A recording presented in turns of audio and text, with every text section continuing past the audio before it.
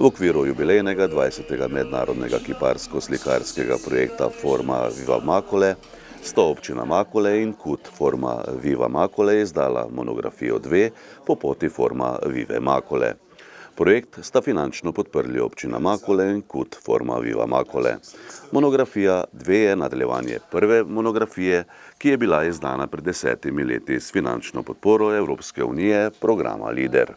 Drugi del monografije so pretekli četrtek predstavili na novinarski konferenci v prostorih knjižnice Josipa Vošnjaka Slovenska Bistrica. Več o monografiji je povedal urednik in predsednik KUD-a Forma Viva Makole Ivan Dvoršak.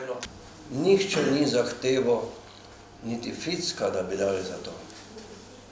Ker so videli v našem projektu, da ta projekt nekaj pomeni, ne samo za kraj Makole, za celo slovensko kulturo. Mogoče se tega premalo zavedamo, ampak verjetno bodo ravno s to knjigo, ki jo prebirali mogoče mlajši, videli v tem, kakšen potencial je bil dan Makole in slovenski kulturi.